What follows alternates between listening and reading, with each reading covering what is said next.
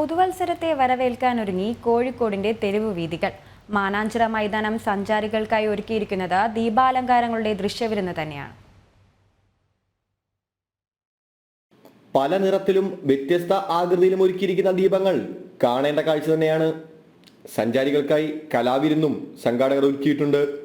Tourism വകുപ്പ് മന്ത്രി റിയാസാണ് ദീപാലങ്കാരത്തിന്റെ ഉദ്ഘാടന കർമ്മം നിർവഹിച്ചത്. ഞാൻ കടലുണ്ടിയാണ്. ജസ്റ്റ് ഓൾഡ് ആയപ്പോൾ ഇങ്ങോട്ട് പോന്നാ ലീവ് ഉണ്ടായിരുന്നു. വണ്ടർഫുൾ ആണ്, അടിപൊളിയാണ്. കഴിഞ്ഞ പ്രാവശ്യം ഇതേപോലെ തന്നെ ഉണ്ടായിരുന്നു, വന്ന് കണ്ടതാണ്. പ്രാവശ്യം നല്ല മെച്ചപ്പെട്ട് നല്ല രീതിയിൽ തന്നെ നന്നായിട്ട് തോന്നുന്നുണ്ട്. കുറച്ചുകൂടി ബെറ്റർ ആയിട്ടുണ്ട്. ഉദ്ഘാടന ചടങ്ങിൽ വെച്ച് 120 കിലോ തൂക്കം വരുന്ന കേക്ക് മുറിച്ചത് കാഴ്ചക്കാർക്ക് കൗതുകമായി. കഴിഞ്ഞ കൊല്ലത്തേനേക്കാളും കുറച്ച് ഇൻഡിവിജ്വൽ ആയിട്ട് കുറേ ആർട്ട് ഫോംസ് വന്നിട്ടുണ്ട്.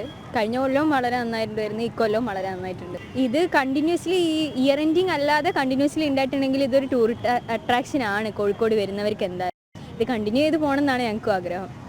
നൂറുകണക്കിന് പേരാണ് ദീപാലങ്കാരങ്ങൾ ആസ്വദിക്കുന്നതിന് വേണ്ടി മാനാഞ്ചിറയിലേക്ക് ഒഴുകിയെത്തുന്നത്. പുതുവത്സരം അടുക്കുന്നതോടുകൂടി സന്ദർശകരുടെ എണ്ണം ഇനിയും വർദ്ധിക്കുമെന്നാണ് ടൂറിസം വകുപ്പിന്റെ കണക്കുകൂട്ടൽ.